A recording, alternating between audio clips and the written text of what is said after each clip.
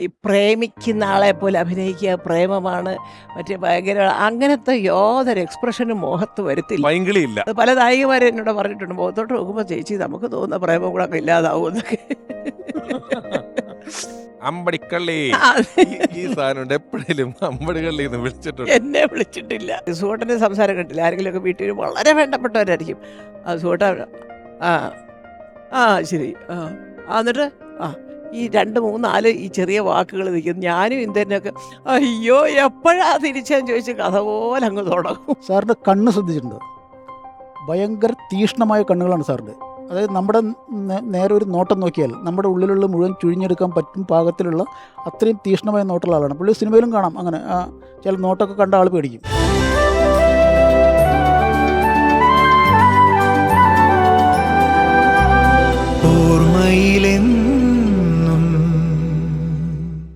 ആ സമയത്ത് അദ്ദേഹത്തിൻ്റെ ഒരു വലിയ സുഹൃത്ത് നിരവധി സിനിമകളിൽ അഭിനയിച്ചിട്ടുണ്ട്, ഹീറോ ആയിട്ട് അഭിനയിച്ചിട്ടുള്ള ഒരാളാണ്. ഞങ്ങൾ വിളിച്ചപ്പം ഇന്ന ആവശ്യത്തിനാന്ന് പറഞ്ഞപ്പോൾ സ്നേഹപൂർവ്വം വരാം, ചെയ്യാം. നമുക്ക് അദ്ദേഹത്തിന് എന്താ പറയാനുള്ളതെന്ന് കേൾക്കാം. സുകുമാരൻ, ഞാൻ ചെമ്പരത്തിയൊക്കെ അഭിനയിച്ചു കഴിഞ്ഞതിന് ശേഷം നിർമാല്യത്തിലൂടെയാണ് അദ്ദേഹം വരുന്നത്. ഞങ്ങൾ ഒരുമിച്ച് ഒരുപാട് ചിത്രങ്ങളിൽ അഭിനയിച്ചു, വളരെയേറെ ചിത്രങ്ങളിൽ അഭിനയിച്ചു. കൂടുതലും ഗോപികുമാർ ഡയറക്റ്റ് ചെയ്ത പടങ്ങളിലാണ് അഭിനയിച്ചത്. കണ്ണുകൾ, ഇവളൊരു നാടോടി, അങ്ങനെ ഒരുപാട് ചിത്രങ്ങൾ. പിന്നെ പി ചന്ദ്രകുമാർ സംവിധാനം ചെയ്ത അധികാരം, അങ്ങനെ കുറേ ചിത്രങ്ങളിൽ ഞങ്ങൾ ഒരുമിച്ച് അഭിനയിച്ചു. സുകുമാരനുമായിട്ട് വളരെ അടുത്ത ബന്ധമായിരുന്നു എനിക്ക്. അദ്ദേഹം അശോകനഗറിലായിരുന്നു താമസിച്ചിരുന്നത്, മദുരാശിയിൽ. ഞാൻ KK നഗറിൽ, വളരെ അടുത്തടുത്താണ്. ഞാൻ സംവിധാനം ചെയ്ത കിളിപ്പാട്ടിൽ സുകുമാരനായിരുന്നു നായകൻ. നേരത്തെ ഞാൻ ആദ്യത്തെ ചിത്രത്തിൽ അഭിനയിച്ചപ്പോൾ അതിലെ നായകൻ ഇൻ്റർവെല്ലിന് ശേഷമാണ് വരുന്നത്, ശ്രീ പ്രേംനസീർ. ഇതിലും അതുപോലെ സുകുമാരൻ വരുന്നത് ഇൻ്റർവെല്ലിന് ശേഷമാണ്. ഞാൻ എൻ്റെ നാട്ടിൽ വെച്ചായിരുന്നു ഷൂട്ടിംഗ്. വളരെയധികം കോപ്പറേറ്റ് ചെയ്തു എനിക്ക് വേണ്ടി. എല്ലാ ദിവസവും വളരെ നേരത്തെ തന്നെ 6:15 ഞാൻ ഷൂട്ട് ചെയ്തിട്ടുണ്ട് രാവിലെ. ആ സമയത്ത് വളരെ നേരത്തെ എഴുന്നേറ്റ്, കാരണം അത് പൊതുവെ അങ്ങനെ ശീലമില്ലാത്തതാണ് സുകുമാരന്. പക്ഷേ എന്നിട്ടും വളരെ നേരത്തെ എഴുന്നേറ്റ് മേക്കപ്പ് ഇട്ട് 6:15 ഷോട്ട് അറ്റൻഡ് ചെയ്ത് അങ്ങനെയൊക്കെ വളരെയധികം കോപ്പറേറ്റ് ചെയ്തു. അതൊക്കെ എനിക്ക് മറക്കാൻ പറ്റാത്ത കാര്യങ്ങളാണ്. ഈ സംസാരിക്കുന്നത് ഒരു വലിയ കാലഘട്ടത്തെ കുറിച്ച്, നമ്മൾ ആളെ പറ്റിയാണ് സംസാരിക്കുന്നതെങ്കിൽ, നമ്മളൊരു വ്യക്തിയെ പറ്റിയാണ് ഓർക്കുന്നത് സംസാരിക്കുന്നതെങ്കിൽ, എനിക്കൊക്കെ ഇപ്പം ഞാനത് പറയാൻ കാരണം വെച്ചാൽ എനിക്ക് നസീർ സാറിനെ കളറിൽ ഓർക്കാൻ പറ്റുന്നില്ല. Black and white. എനിക്ക് അദ്ദേഹം ഒരു ബ്ലാക്ക് ആൻഡ് വൈറ്റ് മനുഷ്യനായിട്ട് എനിക്ക് മനസ്സിലാക്കാൻ പറ്റുന്നില്ല. എനിക്ക് കളറിൽ ഓർക്കാൻ കളർ സിനിമകളിൽ അഭിനയിച്ചിട്ടുണ്ടെങ്കിലും ഓർമ്മകളിൽ അങ്ങനെ പതിഞ്ഞിട്ടേ ഇല്ലാത്ത ഒരവസ്ഥയിലാണ്. തിരിച്ച് ജോസേട്ടാ, ആ സമയത്തെ നിങ്ങളുടെ ഈ ലൊക്കേഷനിൽ, സിനിമ ലൊക്കേഷനുകളിൽ ഒരു വലിയ പ്രോട്ടോക്കോളുകളൊന്നും ഇല്ലാത്ത സമയമാണ് എന്ന് നിങ്ങൾ പറഞ്ഞിട്ടുണ്ടല്ലോ. എന്തായിരിക്കും ഒരു ഒഴിവ് സമയങ്ങളിൽ നിങ്ങളുടെ ഒരു ഷോട്ട് ചെയ്തു, ലൈറ്റപ്പ് ചെയ്തു, അടുത്ത സ്ഥലത്തേക്ക് എത്താൻ കുറച്ച് ഗ്യാപ്പുകളുണ്ട്, എന്തായിരിക്കും നിങ്ങൾ ചെയ്യുന്നത് ആ സമയത്ത്? ഓർമ്മ വരുന്നത് ഒരു ബ്ലാക്ക് ആൻഡ് വൈറ്റ് മൂവിയായിരുന്നു, കുടുംബം നമുക്ക് ശ്രീകോവിൽ. അതെ, ഹരിഹരൻ സാർ. അതെ, ഹരിഹരൻ സാറ് ചെന്നൈയിൽ ഷൂട്ട് ചെയ്യുന്ന ഏത് വലിയ സ്റ്റുഡിയോയുടെ ഹാള്. അപ്പോൾ സാറും ചേച്ചിയായിരുന്നു ജോഡി തന്നു. അതെ, ഞാനും സുഹോട്ടനായിരുന്നു ജോഡി. അപ്പോൾ അതിൻ്റെ വർക്ക് ഞാൻ ഹരിഹരൻ സാറിന് ആദ്യത്തെ പടം, എനിക്ക് കുറച്ച് പേടിയൊക്കെ ആയിട്ട് ഞാനിങ്ങനെ പുറകിലൊക്കെ അവിടെ ഇവിടെയൊക്കെ ഇങ്ങനെ മാറി നിൽക്കും. ഒരു ദിവസം നസീർ സാറ് ഷൂട്ടിങ്ങിൽ ഇതുപോലത്തെ ബ്രേക്കിൻ്റെ ഇടയിൽ ഷോട്ട് ലൈറ്റ് ഇപ്പ് ചെയ്തുകൊണ്ടിരിക്കുന്നതിൻ്റെ ഇടയിൽ ഞാനിങ്ങനെ മാറി നിൽക്കുമ്പോൾ സാർ എന്നെ വിളിച്ച് അടുത്തോട്ട് വരാൻ പറഞ്ഞു. എവിടെയാണ് എന്താണെന്നൊക്കെ ചോദിച്ചു. ഞാൻ ഫിലിം ഇൻസ്റ്റിറ്റ്യൂട്ടിൻ്റെ കാര്യങ്ങളൊക്കെ പറഞ്ഞു. ഫിലിം ഇൻസ്റ്റിറ്റ്യൂട്ടിലായിരുന്നു. എന്നിട്ട് ഫാദർ എവിടെയാണ്? ഹൈക്കോർട്ടിലാണ്, എറണാകുളത്താണ്. എറണാകുളത്താണ്.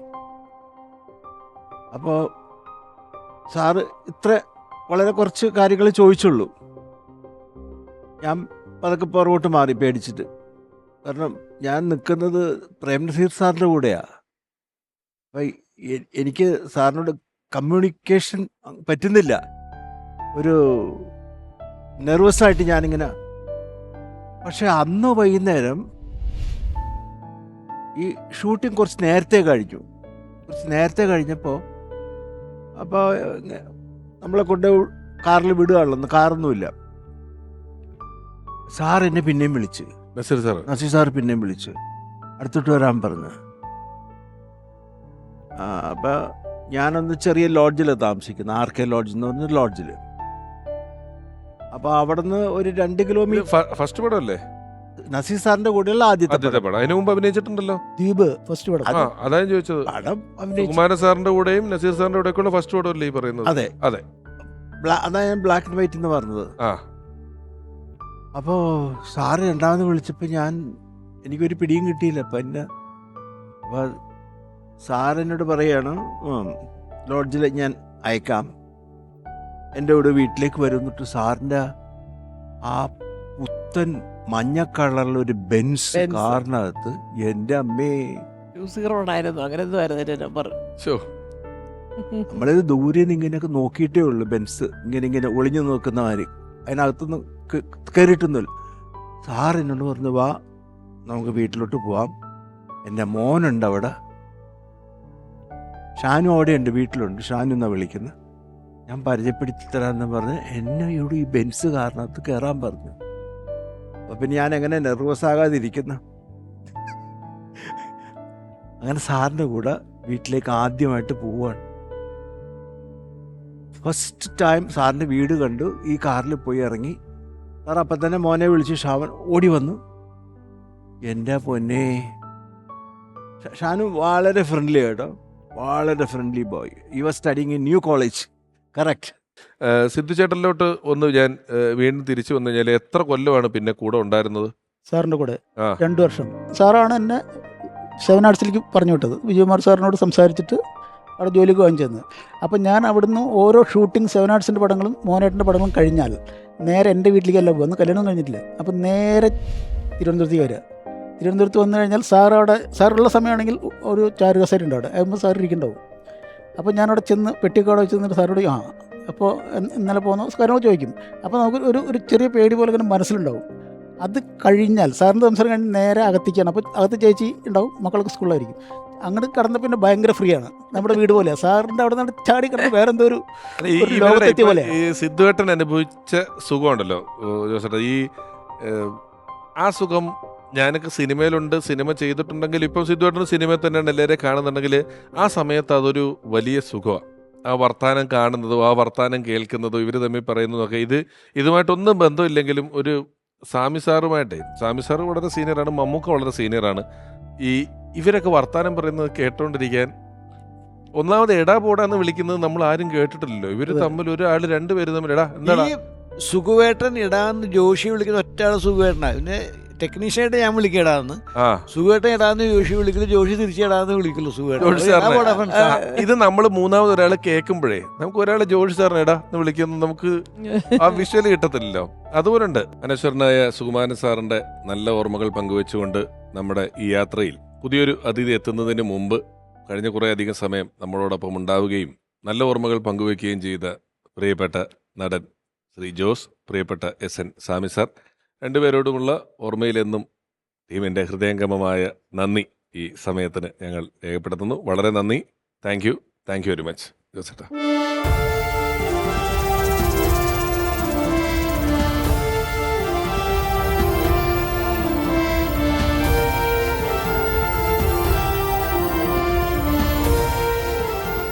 ഓർമ്മയിലെന്നും എന്നുള്ള ഈ പരിപാടിയിൽ നമ്മൾ സുമാന സാറിൻ്റെ അടുത്തെത്തിയ സിദ്ധുവേട്ടൻ്റെ കഥകൾ പറഞ്ഞു. ആ കഥയിലൊരു പേര് പരാമർശിക്കപ്പെട്ടു പോയി. എന്നോട് അവിടെ ചെന്ന് നിൽക്കണം, ലൊക്കേഷനിൽ ഇങ്ങനെ നിൽക്കണം. പുതിയൊരാൾ ലൊക്കേഷനിൽ വന്നാൽ സുമാന സാർ ഓട്ടോമാറ്റിക്കലി ആരാ പുതിയവനെന്ന് ചോദിക്കാൻ പാകത്തിന് നിൽക്കണം എന്നൊക്കെയുള്ള ഉപദേശം തന്ന ഒരാളെ കുറിച്ച് പറഞ്ഞു. ആൽവിൻ ആന്റണി ചേട്ടൻ്റെ പേര് പറഞ്ഞല്ലോ. അദ്ദേഹം എത്തിയിട്ടുണ്ട്. ഹൃദയപൂർവ്വം ഓർമ്മയിലെന്നും ഉള്ള ഈ പരിപാടിയിലേക്ക് സ്വാഗതം ചെയ്യുന്നു പ്രിയപ്പെട്ട നിർമ്മാതാവായ ആൽവിൻ ആന്റണി.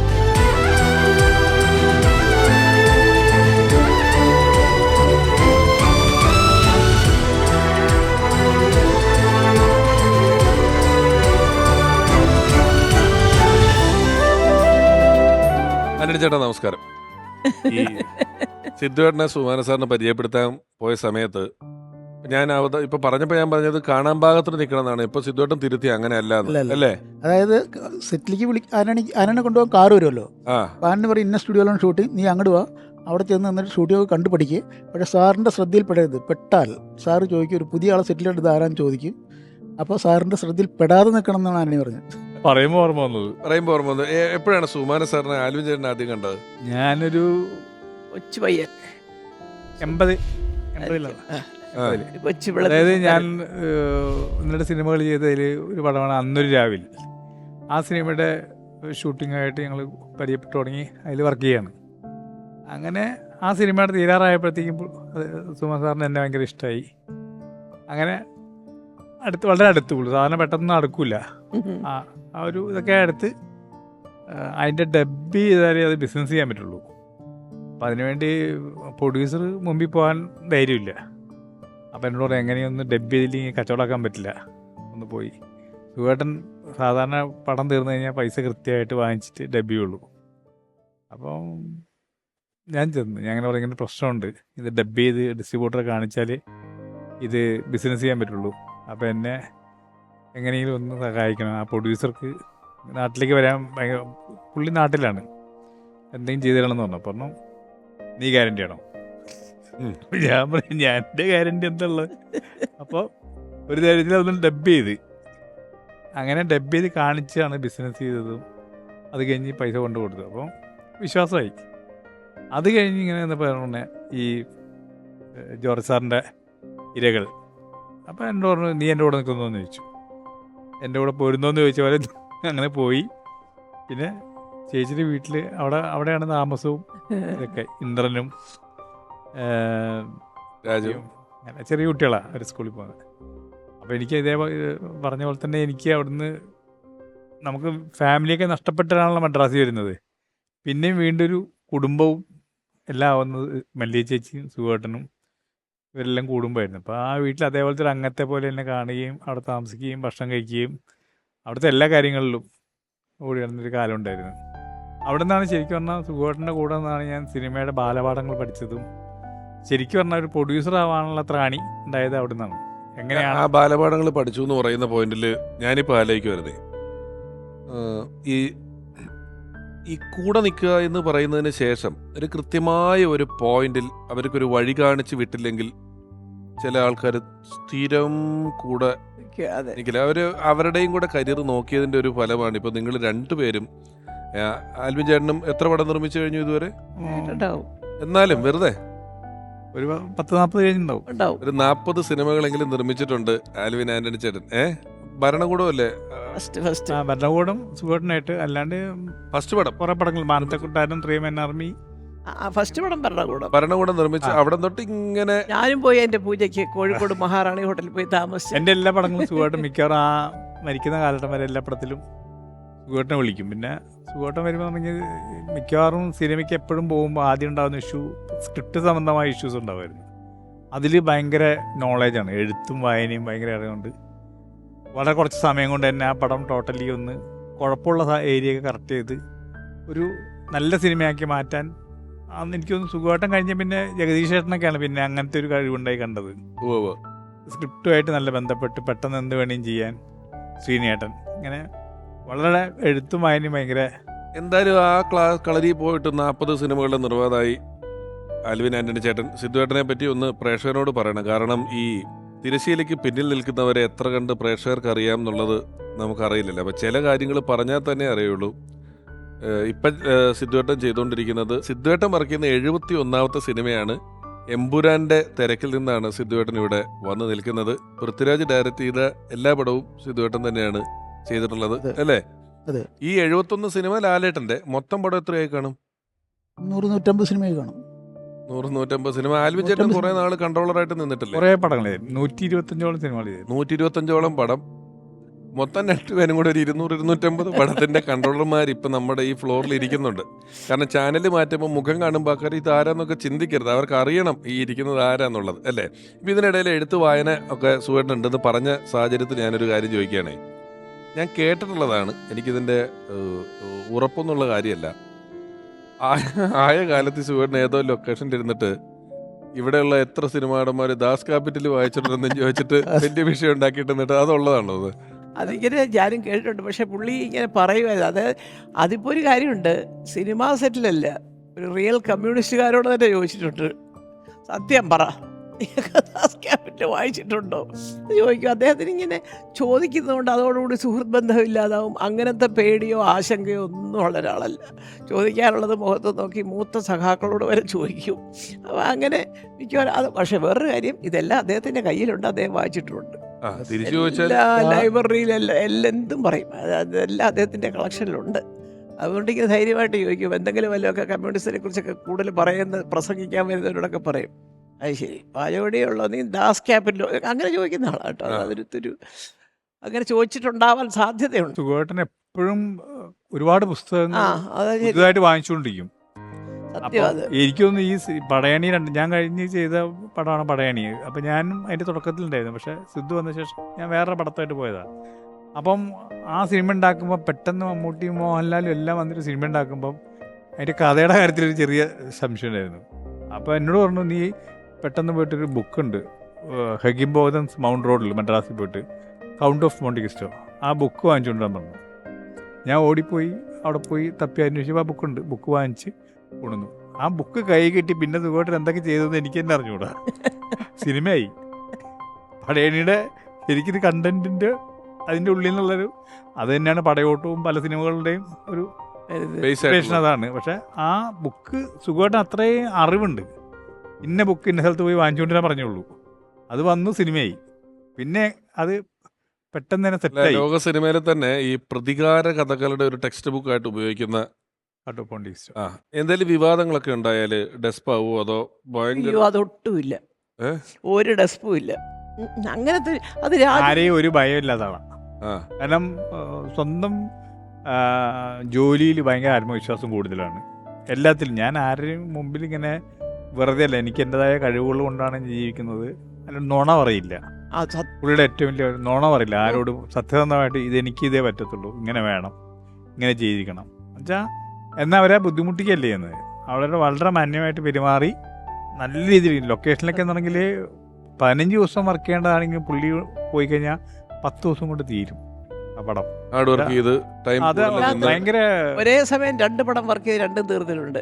വടകര തേൻതുള്ളി KP കുമാരൻ, കോഴിക്കോട് മദാലസ ശങ്കരനായ സാറിൻ്റെ 2 തീർത്തു. ഒരേ ദിവസം പകലൊരു പടം, രാത്രി ഒരു പടം. അങ്ങനെ നസീർ സാർ കഴിഞ്ഞാൽ എനിക്ക് തോന്നുന്നു പ്രൊഡ്യൂസർക്ക് ഏറ്റവും കംഫർട്ടായിട്ടുള്ള ഹീറോ ആണ് സുഖേട്ടൻ. നസീർ സാറായിരുന്നു അങ്ങനെ ഒരു കാലഘട്ടത്തിൽ ഏറ്റവും ഓർമ്മയിലും ഇതുള്ളത്. പക്ഷെ സുഖേട്ടൻ അതിൻ്റെ അതേപോലെ തന്നെ ഈ നസീർ സാർ മറ്റു കാര്യങ്ങളിൽ ഇടപെടില്ല, ഒരു എല്ലാം ഡയറക്റ്റ് പറഞ്ഞു.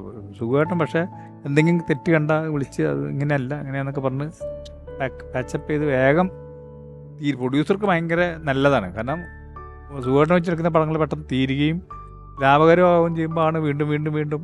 നമുക്ക് ഇനി അദ്ദേഹത്തിൻ്റെ സമകാലീനായിട്ടുള്ള ഒരാൾ, ഇപ്പോഴും സിനിമയിൽ വളരെ സജീവമായിട്ടുള്ള ഒരാളാണ്. നമ്മൾക്ക് ഇരിക്കുന്ന പോലെ അത്യാവശ്യം വർത്താനം പറഞ്ഞിരുന്നാൽ നല്ല കഥകൾ പറയാനും പഴയ കാര്യങ്ങൾ പറയാനും ഒക്കെ വലിയ താല്പര്യമുള്ള ഒരാളാണ്. സിദ്ധുവേട്ടനെ പറഞ്ഞ പോലെ ഫേസ്ബുക്കിൽ ഇച്ചിരി എഴുത്തൊക്കെ ഉള്ള ഒരാളാണ്. നമുക്ക് മോഹൻ ജോസേട്ടൻ്റെ ഒരു സ്റ്റേറ്റ്മെൻറ്റ് കേൾക്കാം. 85 ഇരകൾ എന്ന സിനിമയുടെ ചിത്രീകരണത്തിനിടയിലാണ് ഞാൻ സുകുമാരനുമായിട്ട് അടുത്ത് ഇടപഴകുന്നത്. അതിനുശേഷം ഞങ്ങൾ ഒരുമിച്ച് അധികം പടങ്ങളൊന്നും ചെയ്തിട്ടില്ലെങ്കിൽ കൂടി എവിടെ വെച്ച് കണ്ടാലും വളരെ സൗഹാർദ്ദപരമായിട്ട് എന്നെ വിളിച്ച് അടുത്തിരുത്തി വിശേഷങ്ങളൊക്കെ പങ്കിടുമായിരുന്നു. ആ തലമുറയിലെ അതിബുദ്ധിമാനും വിദ്യാസമ്പന്നനും തനതായ ഒരു അഭിനയ ശൈലിയുടെ ഉടമയും ആരെയും കൂസാത്ത പ്രകൃതവും സർവോപരി ഒരു ഒറ്റയാനുമായിരുന്നു. ഈ സ്വഭാവവിശേഷങ്ങളാണ് എനിക്ക് സുകുമാരനോട് ഒരു മതിപ്പ് തോന്നാൻ കാരണം. അത് മാത്രമല്ല, അദ്ദേഹത്തിൻ്റെ മക്കൾക്ക് കൊടുത്ത ഒരു ഉപദേശമുണ്ട്. ഏത് സാഹചര്യത്തിലും സത്യമേ പറയാവൂ. ഒരുപക്ഷെ അത് ആദ്യം പ്രതികൂലമായി ബാധിച്ചേക്കാം, എന്നാലും ഭാവിയിൽ അത് നന്മയായിട്ടേ വരൂ. അത് വളരെ പ്രസക്തമായൊരു ഉപദേശമാണ് ഈ കാലഘട്ടത്തിലെന്നല്ല ഏത് കാലഘട്ടത്തിലും അത് പ്രായോഗികമാക്കേണ്ട ഒരു സംഗതിയാണ്. യെസ്. സത്യം അത്. അതുപോലെ സാർ എനിക്ക് ആദ്യം ചെന്ന ഉടനെ 2 മുണ്ട് തന്നിരുന്നു. അവിടെ ചെന്ന ആദ്യത്തെ 2-3 ദിവസം കഴിഞ്ഞപ്പോൾ അത് ഞാൻ ഇന്നും സൂക്ഷിച്ചു വെച്ചിട്ടുണ്ട്. ഓ, അതേ ഞാൻ ചേച്ചിക്ക് കാണിച്ചു കൊടുത്തു. തിരുവനന്തപുരത്ത് താമസം മാറി വന്നപ്പോൾ ഞാൻ ചേച്ചിക്ക് കാണിച്ചു കൊടുത്ത മുണ്ട് 2 ലുങ്കിയാണ്. ഈ ഗൾഫിൽ നിന്ന് കൊണ്ടുവരുന്ന ലുങ്കി. നേരത്തെ ലുങ്കിയെ പറ്റി ഞങ്ങൾ പറഞ്ഞായിരുന്നു. അതെ അത് ഇപ്പോഴും എൻ്റെ കയ്യിലുണ്ട്. അതേമാതിരി ചേച്ചി കത്തെഴുതി എനിക്ക് മറ്റേശ്ശേരിക്ക് അന്ന് എഴുതുന്നതെന്ന് വെച്ചാൽ അവിടെ സിനിമ ഷൂട്ടിങ് കഴിഞ്ഞാൽ നേരെ ഇങ്ങോട്ട് പോരെന്നാണ് ചേച്ചി കത്ത് എഴുതുക. അപ്പോൾ അതിൻ്റെ അടിയിൽ ഇന്ദ്രനും രാജു എഴുതും കത്ത്. ഇന്ദ്രൻ ഏകദേശം നന്നായിട്ട് തന്നെ എഴുതും, ഇംഗ്ലീഷിലാണ്. രാജു ABCD എന്നൊക്കെ എഴുതുക. ആ കത്തൊക്കെ എൻ്റെ ഇരിപ്പുണ്ട് ഇപ്പോഴും. ഞാൻ വന്നിട്ട് ഇവർക്ക് കാണിച്ചു കൊടുത്തിട്ടുണ്ടാകും സമയത്ത്. ഈ ഒരു ഫോട്ടോ കൊടുത്താൽ പോലും സിദ്ധാർത്ഥനെ കൊടുത്തു കഴിഞ്ഞാൽ അത് നല്ല ഭംഗിയായിട്ട് വയ്ക്കും. അത് അതുപോലെ നമുക്ക് തന്നെ തോന്നും, അയ്യോ ഇതിൻ്റെ ഒരു കോപ്പി നമുക്ക് എടുക്കാമായിരുന്നു. നമ്മുടെ കയ്യിൽ ഉണ്ടെങ്കിലും നമ്മൾ ഇത്ര ഒരു പുതിയ ഫോട്ടോ കാണുമ്പോൾ എല്ലാ സംഗതിയും സൂക്ഷിച്ച് വെച്ചിട്ടുണ്ട്. അങ്ങനെ ഓർമ്മകൾ സൂക്ഷിച്ചു വെക്കുന്നത് ഒരു തുടക്കത്തിൽ നമുക്കൊരു ആദ്യം കിട്ടിയ ഈ മുണ്ടിനപ്പോൾ എത്ര കാലത്തെ ഒരു പഴക്കമുണ്ട്? ഏതാണ്ട് 40 വർഷമായിട്ടുണ്ടോ? ഇപ്പം അടുത്ത വർഷമായി 40ആയി. അദ്ദേഹത്തിന് ഈ ഹ്യൂമറിൻ്റെ ഒരു അവസ്ഥ എങ്ങനെയുണ്ട്? നർമ്മം പറയുമായിരുന്നോ അതോ? നർമ്മം പറയുകയൊക്കെ ചെയ്യും, പക്ഷേ അതൊരു സദസ്സറിഞ്ഞ് സംസാരിക്കുക എന്ന് നമ്മൾ പറയത്തില്ലേ എന്ന് പറഞ്ഞാൽ അദ്ദേഹത്തിൻ്റെ ഒരു മനസ്സറിഞ്ഞ്, അല്ലെങ്കിൽ അതുപോലെ തന്നെ വളരെയധികം ചെറുപ്പം മുതലേ ഉള്ള കൂട്ടുകാർ ഇതുപോലെ വളരെ സ്വാതന്ത്ര്യമായിട്ട് എന്തും സത്യമായി ഞാൻ പറയട്ടെ, ഇന്നത്തെ തലമുറയിൽ സുഗേട്ടൻ ഏറ്റവും അതുപോലെ കണ്ടിരുന്നത് മമ്മൂട്ടിയാണ്. ഞാൻ പല ഇൻ്റർവ്യൂവിലും ഞാനത് പറഞ്ഞിട്ടുണ്ട്, മമ്മൂക്കയുടെ തന്നെ പറഞ്ഞിട്ടുണ്ട്. എപ്പോഴും പറയും, എൻ്റെ കൂട്ടാ നാക്കൊന്ന് വളഞ്ഞു പോകും ചിലപ്പോൾ, പക്ഷേ അടുത്ത മിനിറ്റിൽ മമ്മൂട്ടി അത് തിരുത്തുകയും ചെയ്യും, അതിനകത്തൊരു ഖേദം പറയുകയും ചെയ്യും. അത് വളരെ കുറച്ച് പേർക്ക് അത് സാധിക്കുള്ളത്. ഒരു നല്ല മനസ്സുള്ളതുകൊണ്ടാണ് അദ്ദേഹത്തിന് അത് സാധിക്കുന്നത്. അപ്പോൾ അതുകൊണ്ട് അങ്ങനെ എന്തെങ്കിലുമൊക്കെ ഉണ്ടെങ്കിൽ ചില തമാശ ഒക്കെ ഇരുന്ന് പറഞ്ഞ് ചിരിക്കുകയൊക്കെ ചെയ്താൽ അതൊരു പൊതുവേദിയിലിരുന്നിട്ട് ഒരു തമാശന് വേറൊരു തമാശ അതില്ല, അത് കുറവാണ്. ഏതോ കുറുക്കന്റെ കല്യാണോ അങ്ങനെ കുറച്ച് ഹ്യൂമറും പരിപാടികളൊക്കെ. സത്യന്റെ ഫസ്റ്റ് പടവാ ശരിക്കും പറഞ്ഞാൽ. ഞങ്ങൾ താമസിച്ച ഫ്ലാറ്റിന്റെ പുറകെ തന്നെയായിരുന്നു എൻ്റെ ആദ്യത്തെ ഷോട്ടൊക്കെ എടുത്തതും ഒക്കെ. അത് കഴിഞ്ഞാൽ കിന്നാരം, ആ പടങ്ങളൊക്കെ ഈ പറഞ്ഞിട്ടുണ്ട്. നെടുമുടി ചേട്ടനും ഒക്കെ ആയിട്ട് നല്ല രസമല്ലേ. ഡാൻസും ഒന്നും വലിയ ഡാൻസും അതെ. പിന്നെ ഈ ഓവറായിട്ട് പ്രേമിച്ചിട്ടുള്ള പാട്ടുകളൊക്കെ ഇല്ല. അതെന്താ വെച്ചാൽ ഞാൻ പറയാൻ കാര്യം ജോഷി സാറിനറിയാം. ഞാനത് പറഞ്ഞിട്ടുണ്ട് ഇൻ്റർവ്യൂവിലൊക്കെ. കാരണം അവിടെ ഒരു പാട്ട് ഊട്ടിയിൽ ബൊട്ടാണിക്കൽ ഗാർഡൻസിൽ പൊന്മേഘം കൂടെ ചൂടും വെണ്ണിലാവിൻ ചന്ദ്രിക, അപ്പോൾ അംബികയാണ് കൂടെ അഭിനയിക്കുക. അപ്പോൾ അംബിക നല്ല കറക്റ്റായിട്ട് തമിഴിലൊക്കെ അഭിനയിച്ച് ഈ പ്രേമമൊക്കെ സ്വിച്ചിട്ട പോലെ വരുമല്ലോ. അത് കറങ്ങി തിരിഞ്ഞ് സുഗേട്ടൻ്റെ സുഗറ്റേ പ്രേമം അഭിനയിക്കുന്നതിൻ്റെ ഇടയിൽ കൂടെ അംബികയെ ചേച്ചി ഒന്നാം സുഗേട്ടനോട് പറയൂ, ആ സിഗരറ്റുമൊക്കെ ഒന്ന് കയ്യിൽ നിന്ന് ചിരിക്കാൻ പറയൂ, ഇതെന്തോന്ന് ചേച്ചി. അപ്പോൾ ഉള്ള സുഗേട്ടൻ്റെ ഞാൻ സുഗേട്ട എന്തോ സുഗേട്ട അംബിക ഇങ്ങനെയൊക്കെ അതാ ഭാര്യയുമായിട്ട് റോഡിൽ കൊണ്ടാക്കുമ്പോഴേ സിഗരറ്റൊന്നും വലിക്കരുത്, ഇങ്ങനെ പ്രേമിച്ചുകൊണ്ട് നടക്കുന്നത് എവിടെ അടി ഇതൊക്കെ ചുമ്മാ ഇങ്ങനെ എന്നെ ഓരോന്ന് പറയാൻ പുള്ളിക്ക് പ്രേമം അഭിനയിക്കാൻ ഒരു ചെറിയ മടിയുണ്ട്. വെറുതെ പാട്ട് പാടി ചിരിക്കുക അതൊക്കെ ഓക്കെയാണ്, പക്ഷേ ഒരു ഓവർ പ്രണയം കാണിക്കാനും ഒരു അത്ര ഇല്ല. ജീവിതം അതുപോലെയാണല്ലോ, മറ്റുള്ളവരുടെ മുമ്പിൽ വെച്ച് എൻ്റെ ഭാര്യ അങ്ങനത്തെ ഒരു ഷോ ഇല്ല. അല്ല, ഇപ്പം നേരത്തെ രാജുവിനും അതേ സ്വഭാവമാണെന്ന് ആൽവിൻ അനുചേട്ടൻ പറഞ്ഞല്ലോ. അപ്പം ഈ നമ്മളിപ്പോൾ നേരത്തെ പറഞ്ഞ പോലെ ക്ഷുഭിത യൗവനം, ഒരു വടക്കേന്ത്യയിൽ അത് അമിതാഭ് ബച്ചൻ പിടിച്ചിരിക്കുന്നു എന്ന് പറയുന്ന ഈ ക്ഷുഭിത യൗവനം എന്ന് പറയുന്നതിൻ്റെ പ്രതീകമായിട്ട് നമ്മൾ പറയുന്നുണ്ട്. അപ്പം ഞാൻ ചോദിക്കുന്നത്, ഇപ്പം പൃഥ്വിരാജ് അത്യാവശ്യം ആ പേരുകളെല്ലാം കിട്ടുന്നുണ്ട്. അല്ല, സുകുമാർ സാറിൻ്റെ ആദ്യത്തെ പേര് തന്നെയായിരുന്നു. അതെ, ക്ഷുഭിതയൗവനം. അതാ ഞാൻ യൂണിവേഴ്സിറ്റി കോളേജിലൊക്കെ വെച്ചിട്ട് ആ പിള്ളേരൊക്കെ അത് സുഖം ഇറങ്ങിയപ്പോൾ ആംഗ്രി യങ് മാൻ. ആംഗ്രിയാ. ഇത് കുറച്ച് പൃഥ്വിരാജനും അത്യാവശ്യം കുറച്ചല്ല അതേ സ്വഭാവം, വെട്ടിത്തുറഞ്ഞ് പറയും, സത്യസന്ധമായിരിക്കും. പുള്ളി പറ്റുമെങ്കിൽ പറ്റും, പറ്റില്ലെങ്കിൽ പറ്റില്ല. അതില് എന്ത് ആ സമയത്തുള്ള പ്രശ്നം മാത്രമേ ഉള്ളൂ പറയുമ്പോൾ. ഈ വെറുതെ പുറകെ പ്രൊഡ്യൂസേഴ്സിനെ നടത്തുകയോ മറ്റ് ഡയറക്ടർമാരെ നടത്തുകയൊന്നുമില്ല. എനിക്ക് പറ്റുമെങ്കിൽ പറ്റും. അല്ല, ഞാൻ ഇതിന്റെ ഒരു ടെൻഷന് ഇപ്പം നമ്മള് ഇപ്പം അമ്മയെന്നുള്ള നിലയിലും ഭാര്യ എന്നുള്ള നിലയിലും ഇതിന്റെ ടെൻഷനും ചെറിയ ചെറിയ പരാതികളും കേൾക്കാറുണ്ട്. ചേച്ചിയുടെ അടുത്ത് വരുന്നില്ല? തീർച്ചയായിട്ടും കേൾക്കാറുണ്ട്. കാരണം രാജു ഇങ്ങനെ ഗൗരവത്തിലിരുന്നു, മൂളിയതേ ഉള്ളൂ, ചിരിച്ചില്ല എന്നൊക്കെ കേൾക്കാറുണ്ട്.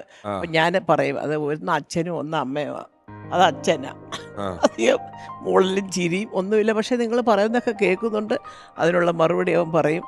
ഇത് ഞാനും ഇന്ത്യനും കുറച്ച് കൂടുതൽ ഞങ്ങളുടേതായ ഒരു ഇൻട്രൊഡക്ഷൻ ഉണ്ടല്ലോ, ചിരി കളി കുശലം ചോദിച്ചു, എങ്ങനെ വന്നു, എങ്ങോട്ട് പോയി, കാറി വന്നോ, ബസ്, ഇതൊന്നും ചോദിക്കേണ്ട കാര്യമില്ല, ഒരു പുസ്തകം തരാൻ വന്നവരായിരിക്കും. പക്ഷെ ഞാനും ഇന്ത്യനും അങ്ങനെ കുറച്ചിട്ട് കൂടുതൽ സംസാരിക്കുകയും ഇവർ രണ്ടുപേരും ഒട്ടും സംസാരിക്കാതിരിക്കുകയും ചെയ്യും. അപ്പോൾ ഞാൻ ഒരിക്കൽ പറഞ്ഞു, യോ ദൈവമേ, എന്ത് ഞാൻ ആലോചിക്കും, നമ്മുടെ ദാസേൻ്റെ ഭാര്യ പ്രഭ ഒരിക്കൽ വീട്ടിൽ വന്നു ഞങ്ങളുടെ. വന്നപ്പോൾ സുഖേട്ടൻ അവിടെ ഇരിപ്പുണ്ട്. അപ്പോൾ ഞാൻ സംസാരിച്ചു. പ്രഭ വന്നേണ്ടൊക്കെ ചോദിച്ചപ്പോൾ ആ ശരി, അപ്പോൾ ദാസൻ ഇങ്ങനെ അവിടെ ഇവിടെയൊക്കെ ഞെക്കി മൂളിയൊക്കെ മൂന്നു. പ്രഭ പോയി കഴിഞ്ഞപ്പോൾ ഞാൻ പറഞ്ഞു, എന്തുവാ സുഖേട്ടാ, എന്തോ വിചാരിച്ചാണ് പ്രഭ? അയ്യോ ദൈവമേ, ദാസേട്ടനോടൊക്കെ പോയി പറയുമോ, എന്തോ സുഖേട്ടൻ എന്തോ ഇങ്ങനെ മൂകി എന്നൊക്കെ പറഞ്ഞല്ലാതെ ഒന്നും കാര്യമായിട്ട് അല്ല, അത് നീ ഒരു അവസരം തന്നിട്ടുണ്ട് എനിക്ക് എന്തെങ്കിലും ഒന്ന് ചോദിക്കാനായിട്ട്. നമ്മൾ രണ്ടുപേരും കൂടെ ആയിക്കഴിഞ്ഞാൽ മേലാലേ വീട്ടിലോട്ട് പ്രഭ കയറുകയല്ല എന്ന് പറഞ്ഞ ആളാ. അതൊക്കെ സംസാരം വളരെ കുറവാണ് അച്ഛനും ഇളയ മോനും. അല്ല, വീടിനുള്ളിൽ രണ്ടുപേരും നല്ല തമാശ അതെ, അതൊക്കെ ശരിയാണ്. സാറും അതെ, രാജു അത്. അത് ഈ പുറത്ത് കാണുന്ന ആൾക്കാരെ അല്ല, വീടിന്റെ ഉള്ളിൽ അത് സത്യം. രണ്ടുപേരും നല്ലോണം തമാശയും പറയും. സിൽക്ക് സ്മിതയുടെ ഡാൻസ് ഒക്കെ കളിക്കും. സ്മിതയുടെ മുമ്പിൽ തന്നെ കളിച്ച് കാണിച്ചിട്ടുണ്ട് ഷൊർണൂർ ഗസ്റ്റ് ഹൗസിൽ. മനസ്സിൽ ചിന്തിക്കാൻ പോലും പറ്റുന്നില്ല. അങ്ങനെയായിരുന്നു. ഷൊർണൂർ ഗസ്റ്റ് ഹൗസിൽ സ്മിതയുണ്ട്. പാത്തികളൊക്കെ എന്നതാ പണ്ടാങ്ക ഞാൻ ഇപ്പടിയാക്കാ ഡാൻസ് പണ്ടെന്ന് എന്നോട് ചോദിച്ചിട്ടുണ്ട്. സുഖേട്ടനെ എനിക്ക് അവസാനം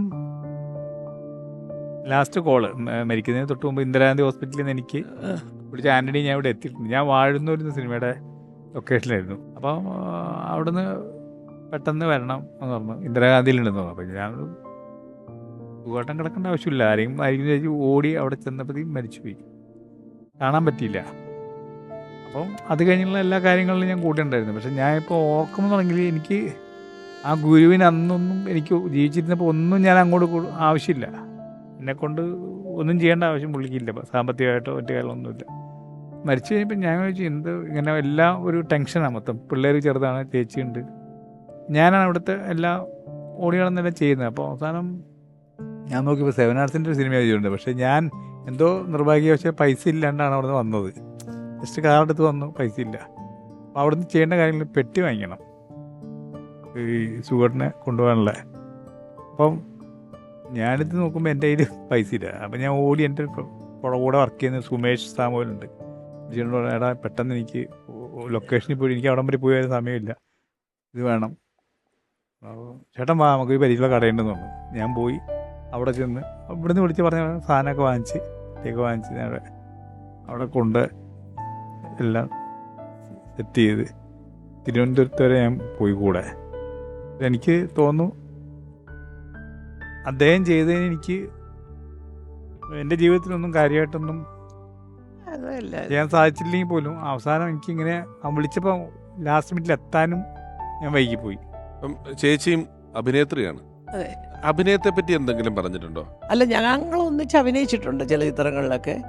അപ്പം എൻ്റെ അടുത്ത് ചോദിക്കുന്നത്, താനെന്തോടോ ഇങ്ങനെ ഒരുമാതിരി ഇങ്ങനത്തെ ചെറിയ ഇയാൾ അത്യാവശ്യം അഭിനയിക്കാൻ അറിയാവുന്ന ഒരാളാണല്ലോ. അപ്പം ഞാൻ ചോദിച്ചു, എനിക്ക് ഇനി വെച്ച് നീട്ടിയെങ്കിലല്ലേ എനിക്ക് അഭിനയിക്കാനൊക്കെ ഉള്ളൂ.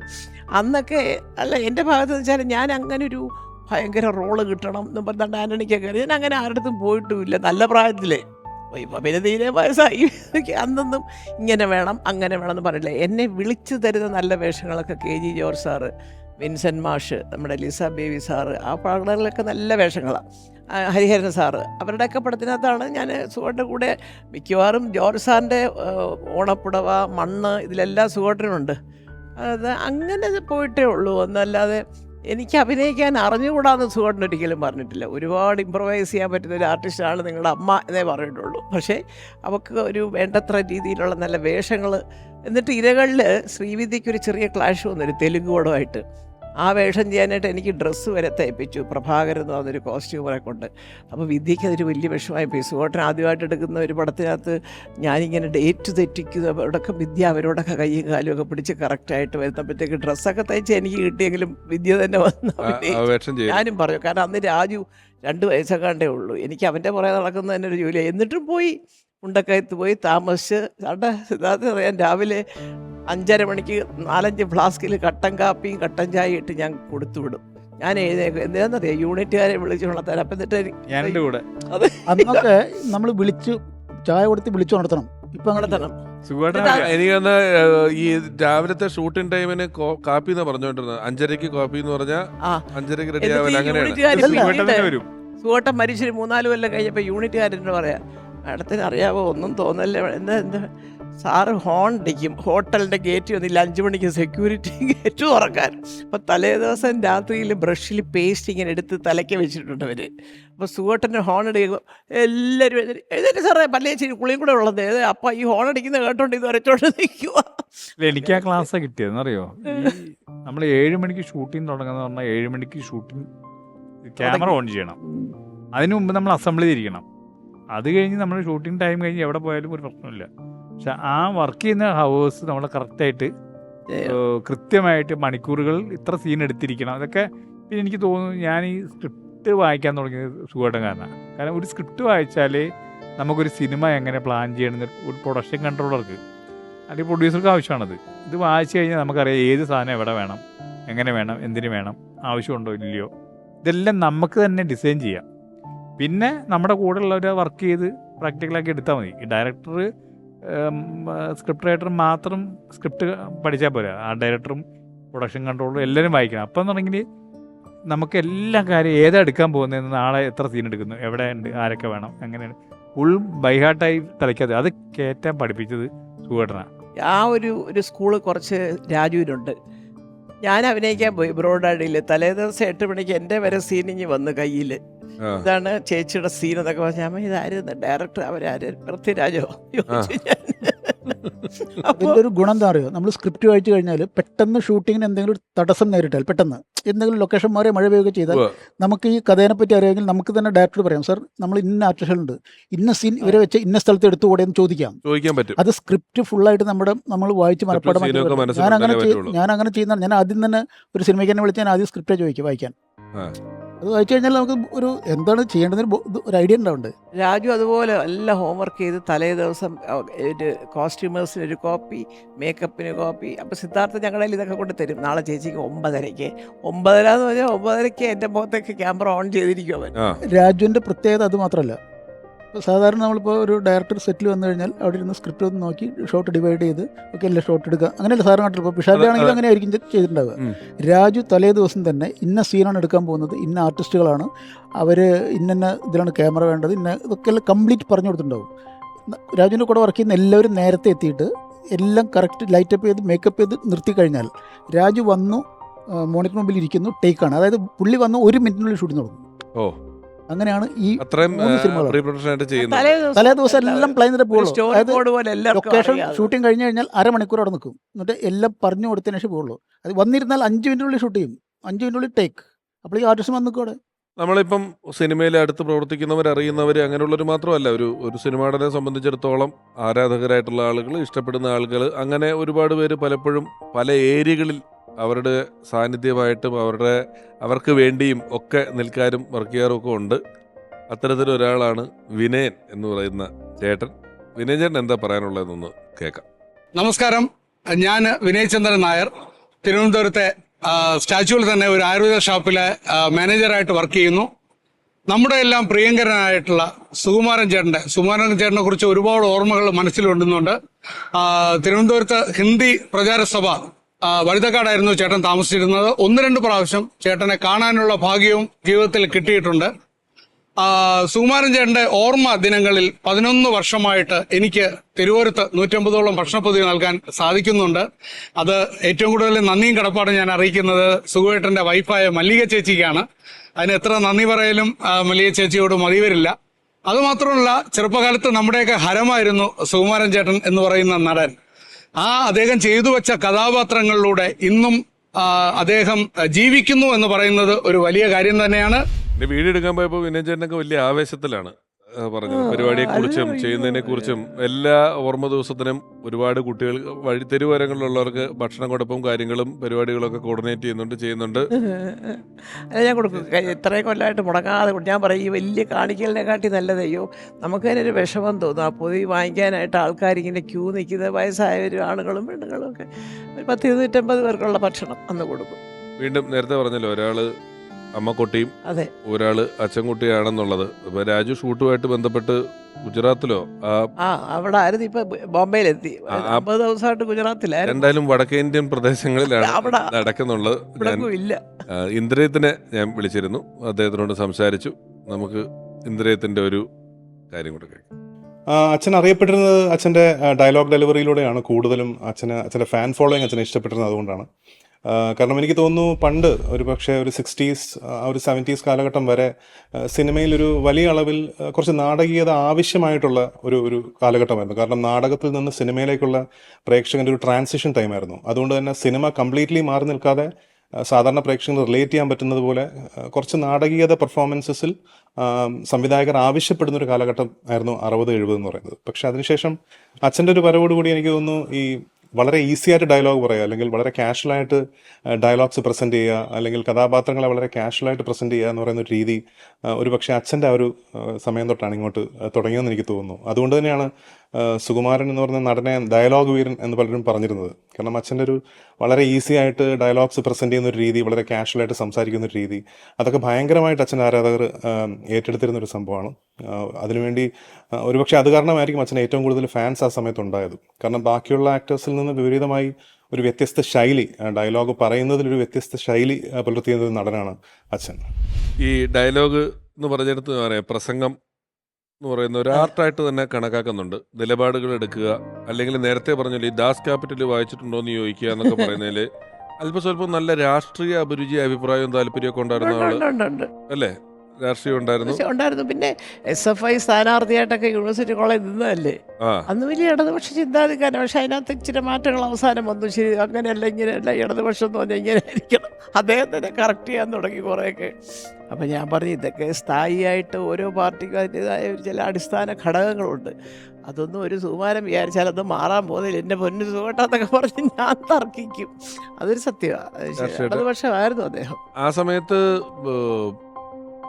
ഒരു സ്ഥാനം കൊടുത്തതൊക്കെ ഇച്ചിരി വിവാദമൊക്കെ. അയ്യോ, അത് നമ്മുടെ ബഹുമാനായ ലീഡർ ശ്രീ കെ കരുണാകരൻ. അതായത് എന്താ പറയുക, അവിടെയാണ് നമ്മൾ അദ്ദേഹത്തിൻ്റെ ഒരു ക്വാളിറ്റി മനസ്സിലാക്കേണ്ടത്.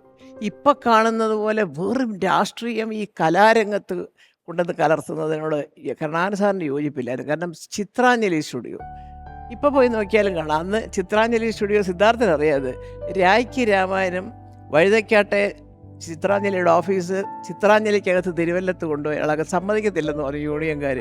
ഓഫീസ് വഴുതക്കാടും ബാക്കി പ്രവർത്തനം ചിത്രാഞ്ജലി. അപ്പോൾ സുഹൃത്തൻ ചോദിച്ചു, നാളെ ഒരു പ്രൊഡ്യൂസർക്ക് അവിടെ വെച്ചൊരു പരാതിയുണ്ട്, അയാൾ പറയാൻ വഴുതക്കാട് വരെ വരണോ തിരുവനന്തപുരത്ത്. അത് ശരി, എന്തിനാ അത് അവിടെ ഇഷ്ടം പോലെ മുറികളും സ്ഥലങ്ങളും ഒക്കെ ഉണ്ടെന്ന് സമ്മതിക്കത്തില്ലെന്ന് പറയുമ്പം രായ്ക്ക് രാമായണം ഷിഫ്റ്റ് ചെയ്തു.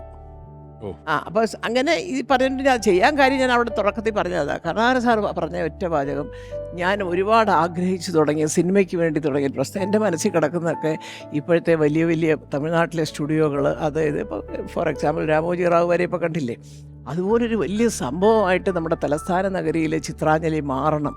നല്ല സ്ഥലമല്ലേ, കടലും നല്ല വ്യൂ. അപ്പം ഇത്രയും സ്ഥലം എടുത്തിട്ടിട്ട് അതിനകത്ത് ഇങ്ങനെ ഒരു ഓഫീസും കുറേ ആൾക്കാരും ഒരു എഡിറ്റിങ്ങും മാത്രമൊക്കെ ഉള്ളു. പിന്നെ അപ്പോൾ ഇതൊന്ന് മാറ്റിയെടുക്കണം എന്നൊക്കെ പറഞ്ഞു. പക്ഷേ അങ്ങനെ മാറ്റി അവിടെ കൊണ്ടുപോയിട്ട് രാഷ്ട്രീയ രംഗത്തുള്ളവർ വരെ അതിനെതിരെ നിന്നു. അതെന്തോന്നു, ഒരാളെ കാണണമെങ്കിൽ ചിത്രാഞ്ജലി വരെ പോകണം. അപ്പോൾ സുഹൃത്ത് ചോദിച്ചു, ഷൂട്ട് ചെയ്യാൻ ചിത്രാഞ്ജലി വരെ പോവാം, അതുമായിട്ട് ബന്ധപ്പെട്ട സ്ഥാനത്തിരിക്കുന്നവരെ കാണാനായിട്ടാണോ നിങ്ങൾക്ക് അവിടെ വരാൻ മടി എന്നൊക്കെ പറഞ്ഞ് അന്ന് കരുണാകരൻ സാറിൻ്റെ ആത്മാർത്ഥമായത്, അതിനകത്ത് രാഷ്ട്രീയം നോക്കരുത്, ഇങ്ങേർക്ക് സിനിമയെക്കുറിച്ച് അറിയാം, അയാൾക്ക് വിവരമുണ്ട്, അയാൾക്കിത് നന്നായിട്ട് കൊണ്ടുപോകാൻ സാധിക്കും എന്ന് പറഞ്ഞിട്ട് അങ്ങനെയാണ് സുഹേട്ടനെ പിടിച്ച എൻ്റെ ചെയർമാൻ. അന്ന് ഞങ്ങൾ അല്ലെങ്കിൽ തന്നെ അതിന് മുമ്പേ വർഷങ്ങളായിട്ട് കുടുംബത്തിൽ നല്ല പരിചയമുണ്ടായിരുന്നു. പിന്നെ ആക്കി. അത് കഴിഞ്ഞ് പിന്നീട് അത് കുറച്ചുകൂടെ ഒരു സുവർണകാലം എന്ന് പറയുന്നത് ആദ്യത്തെ MD മാറിയിട്ട് ജയകുമാർ സാർ IAS MD ആയിട്ട് വന്നു. ഈ കോമ്പിനേഷൻ ആ സ്റ്റുഡിയോയിൽ ഒരുപാട്, ഇപ്പോഴും എൻ്റെ കയ്യിലൊരു ഫയൽ ഇരിപ്പുണ്ട്, ഒരു ഫിലിം ഇൻസ്റ്റിറ്റ്യൂട്ട് അവിടെ വരുന്നതിനെക്കുറിച്ച് സുഹേട്ടൻ കൊടുത്തത്. പക്ഷേ പിന്നെ അതൊക്കെ അങ്ങ് പോയി.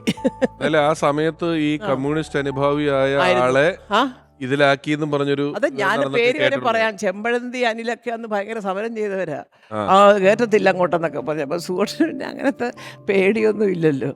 കയറ്റത്തില്ല, നമുക്കവിടെ ചെല്ലുമ്പോൾ കാണുന്നത് അതിന് ഈ രാഷ്ട്രീയപരമായിട്ടുള്ള ഈ ചെറുപ്പക്കാരുടെ ഒരു ദേഷ്യം വരുമ്പോഴുള്ള ഒരു ഇതൊന്നല്ലാതെ കാര്യമൊന്നും ഇല്ലായിരുന്നു. അവിടെ സുഖമായിട്ട് 3 വർഷം ഇരുന്നു.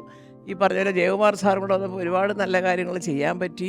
അവിടുത്തെ പലരെയും ഈ താൽക്കാലിക നിയമനക്കാർക്ക് വേണ്ടിയിട്ട് സീഡിറ്റ് തുടങ്ങിയത് അപ്പോഴാണ്. അവർക്ക് വേണ്ടി വാദിച്ച് കേസ് ജയിച്ച് അവരെയൊക്കെ സ്ഥിരമാക്കി കൊടുത്തു. അങ്ങനെ ഒരുപാട് കാര്യങ്ങൾക്ക് സുഖമായിട്ട് തന്നെ ഇനിഷ്യേറ്റീവ് എടുത്തത്. ശരിക്കും അത് നല്ലൊരു സാറിൻ്റെ മരണവുമായി ബന്ധപ്പെട്ടിട്ട് ആ സമയത്ത് ഞാൻ തിരുവനന്തപുരത്തുണ്ടായിരുന്നു. ഒരു ഗുരുത്വമായിട്ടാണ് എനിക്ക് തോന്നിയിട്ടുള്ളത്. കാരണം നീ വരുവോളം എന്ന് പറഞ്ഞ പടത്തിൻ്റെ ഷൂട്ടിങ്ങുമായിട്ട് ബന്ധപ്പെട്ട് ഞാൻ തിരുവനന്തപുരത്തുണ്ടായിരുന്നു. ചിലപ്പോൾ ഞാൻ വേറെ എവിടെയെങ്കിലും ആയിരുന്നെങ്കിൽ ചിലപ്പോൾ എത്തിപ്പെടാൻ പറ്റാത്തൊരു സ്ഥലത്തായിരുന്നെങ്കിൽ ആലോചിച്ച്. പക്ഷേ അത് കറക്റ്റായിട്ട് ആ സമയത്ത് ഞാൻ തിരുവനന്തപുരത്ത് ഷൂട്ടിംഗ് ഉണ്ടായിരുന്നു. ഇവരറിഞ്ഞുകൊണ്ട് തന്നെ ഞാൻ സാറിൻ്റെ വീട്ടിൽ പോയി. അപ്പോൾ അത് പൂട്ടിയിട്ടിരിക്കുകയായിരുന്നു. അന്ന് ചേച്ചിക്ക് പോയിരിക്കായിരുന്നല്ലോ. ചേച്ചിയുടെ വീട്ടിൽ പോയി. അവിടുന്ന് പിന്നെ ഇവിടെ വരുമ്പോഴേക്കും നമ്മുടെ സിനിമാ സംഘടന ആൾക്കാർക്ക് കൂടി എല്ലാം അവിടെ ഡെഡ് ബോഡി കൊണ്ടുപോയിക്കാനുള്ളതൊക്കെ ഉണ്ടായി. അപ്പോൾ അത് ഒരു ഗുരുത്വമായിട്ടാണ് എനിക്ക് തോന്നിയത്. കാരണം സാറായിട്ട് സിനിമയിൽ കൊണ്ടുവന്ന് അവിടുന്ന് തുടങ്ങിയിട്ട് സാറിൻ്റെ മരണസമയത്ത് അവിടെ ഉണ്ടാകാൻ പറ്റില്ല എന്ന് പറഞ്ഞാൽ അത്രയും വലിയൊരു സങ്കടം പിന്നെ ഉണ്ടാവാനില്ല. അതുപോലെ തന്നെ അത് അറിയാവുന്നൊരു കാര്യം, അവിടെ ആ ജംഗ്ഷനിൽ നാനാജാതി മതസ്ഥരുണ്ട്. എനിക്കത് നല്ല ഓർമ്മയാണ്. ഞങ്ങൾ ബോഡിയൊക്കെ ആയിട്ട് ആംബുലൻസ് ചെല്ലുമ്പോൾ എൻ്റെ മുറ്റത്ത് ഇങ്ങനെ ടാർപ്പാളിൻ വെച്ച് 2-3 സംഭവം കട പോലൊക്കെ നോക്കുമ്പോൾ ഒന്നിനകത്ത് ചായയും കാപ്പിയും കൊടുക്കുന്നു, വേറൊന്നിനകത്ത് സിഗരറ്റ് മുറുക്കാൻ. ഇതെല്ലാം ആ ജംഗ്ഷനിലെ കടക്കാരാണ്. അത് ഒരു ജാതിയിലുള്ളവരൊന്നും അല്ല. സുഖുവേട്ടൻ്റെ മരണം എന്ന് പറഞ്ഞാൽ അവിടെ എല്ലാവർക്കും ഒരു ദുഃഖമായിരുന്നു. കാരണം പുള്ളി അങ്ങനെ അവർ കൊണ്ടും മുടക്കി കുത്തി വലിയ ഷട്ടിടിയിലൊന്നും ഇല്ലല്ലോ. എല്ലാവരുമായിട്ടും വലിയ ഒരു സ്നേഹബന്ധത്തിൽ കഴിഞ്ഞത്. ആ ഒരു സ്നേഹം അതുകൊണ്ട് അദ്ദേഹം പോയപ്പോൾ അവർക്കുണ്ടായ വിഷമം അയ്യോ ഞാൻ എന്നും ആലോചിക്കും. അവിടെ ആ ജംഗ്ഷനിലെ എല്ലാ കടക്കാരും പാതിരാത്രിക്ക് ഞങ്ങളുടെ വീട്ടിൽ മുറ്റത്ത് നിൽക്കുകയാണ്, കാപ്പി കൊടുക്കാനും ചായ കൊടുക്കാനും സിഗരറ്റ് കൊടുക്കാനും മുറുക്കാൻ കൊടുക്കാനും ഒക്കെ ആയിട്ട്. എനിക്ക് പുള്ളി ദീർഘവീക്ഷണം പറയുകയാണെങ്കിലേ ഞങ്ങൾ വീട്ടിൽ നിന്ന് സംസാരിക്കും പറയും, പലപ്പോഴും പറഞ്ഞിട്ടുണ്ട്, ഈ ലാലും മമ്മൂട്ടിയും അവർ ഒരു റൗണ്ട് ഗംഭീരമായിട്ട് പോകുമെന്ന് പറഞ്ഞു. ആ റൗണ്ട് ഇപ്പോഴും ഓടിക്കൊണ്ടിരിക്കുകയാണ്. ദീർഘവീക്ഷണമാണത്. അല്ല തീർച്ചയായിട്ടും അതെ. അപ്പൊ അദ്ദേഹത്തിന്റെ ഒരു ചിന്താഗതി അന്ന് വന്ന് നിൽക്കുന്ന നടന്മാരിൽ ഇവര് 40 വർഷമായിട്ടും ഇപ്പോഴും കണ്ടിന്യൂ ചെയ്തുകൊണ്ടിരിക്കുകയാണ്. ഒരു ചോദ്യം കൂടെ, സുകുമാരൻ സാർ അഭിനയിച്ച അല്ലെങ്കിൽ അതിലിഷ്ടപ്പെട്ട സിനിമകളിൽ പാട്ടിൽ ഏറ്റവും ഇഷ്ടപ്പെട്ട പാട്ട് ഏതാണ്? ജോഷി സാറിൻ്റെ ശരം എന്ന് പറഞ്ഞൊരു പടത്തിലെ പാട്ടാണ്. അത് വേറെ ഒന്നും കൊണ്ടല്ല, സുഖേട്ടൻ അത്രയും ഒന്നിങ്ങനെ ആ പടത്തിൻ്റെ കാര്യം ഞാൻ പറഞ്ഞെങ്കിലും അതിനകത്ത് അഭിനയിച്ചതും സുഖേട്ടൻ്റെ ചിരി അത് ഇതൊക്കെ എനിക്ക് എപ്പോഴും സുഖേട്ടൻ ഇന്നും ഞാൻ അങ്ങനെ കാണുന്ന ഒരാളാണ്. സുഖേട്ടൻ ഇല്ലയെന്ന് എനിക്ക് സത്യം ഞാൻ പറയാം, എനിക്ക് തോന്നിയിട്ടേ ഇല്ല. എവിടൊക്കെയോ ഉണ്ട് ഷൂട്ടിങ്ങിന് പോയതാണോ എന്താണെന്ന് അറിയാൻ വയ്യ. പലപ്പോഴും ഒരു മനോധൈര്യം പെട്ടെന്ന് വരിക, അതൊക്കെ അദ്ദേഹത്തിൻ്റെ ഒരു ഇഞ്ചക്ഷനാണെന്നാണ് ഞാൻ ധരിക്കുന്നത്. ആ പാട്ട് എന്താ, മേഘം കുടച്ചൂടും വെണ്ണിലാവിൻ ചന്ദ്രികയിൽ പുഷ്പരാഗത്തേരിൽ വരും സ്വപ്നലോല ഗായകൻ നീ എന്നും എൻ്റെ ഹൃദയത്തിൽ പൊൻവസന്ത വീഥികളിൽ വെൺമേഘം കുടച്ചൂടും വെണ്ണിലാവിൻ ചന്ദ്രികയിൽ പുഷ്യരാഗത്തേരിൽ വരും സ്വപ്നലോല ഗായകൻ നീ എന്നും എൻ്റെ ഹൃദയത്തിൻ പൊൻവസന്ത വീഥികളിൽ. അങ്ങനെ ഒരു പാട്ട്, അതെനിക്ക് വലിയ ഇഷ്ടമുള്ളൊരു പാട്ട്. വളരെ നന്ദി. എപ്പോഴും അതുപോലെ ആ പൊൻവസന്ത വീഥികളിലൂടെ ഞാൻ സുഖമായിട്ട് തന്നെ സഞ്ചരിക്കുകയാണ് ഇപ്പോഴും. ഓർമ്മയിലെന്നും എന്നുള്ള ഈ പരിപാടിയിൽ അനശ്വരരായ ഓരോ ആൾക്കാരുടെ ഓർമ്മയിലൂടെയും നമ്മൾ യാത്ര ചെയ്യുമ്പം ഓരോ എപ്പിസോഡിൻ്റെ അവസാന ഘട്ടത്തിലും അവരെക്കുറിച്ച് അവരുടെ ചിത്രങ്ങൾ വെച്ചിട്ട് നമ്മളൊരു ആൽബം തയ്യാറാക്കുന്നുണ്ട്. നമുക്കിനി ആ ആൽബം സൈൻ ചെയ്യാം.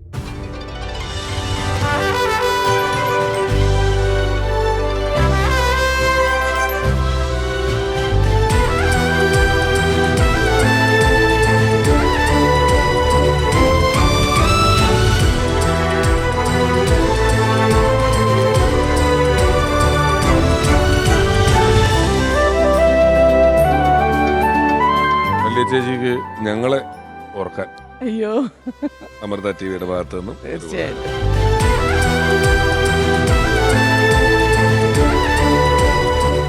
ഓർമ്മകൾക്ക് ജീവൻ വയ്ക്കുന്നത് പ്രിയപ്പെട്ടവർ ഒത്തുചേർന്നിരുന്ന് അത് വീണ്ടും വീണ്ടും പുതുക്കുമ്പോഴാണ്. അടുത്ത അധ്യായത്തിൽ അത്തരത്തിൽ നമ്മൾ ഓർമ്മ പുതുക്കുക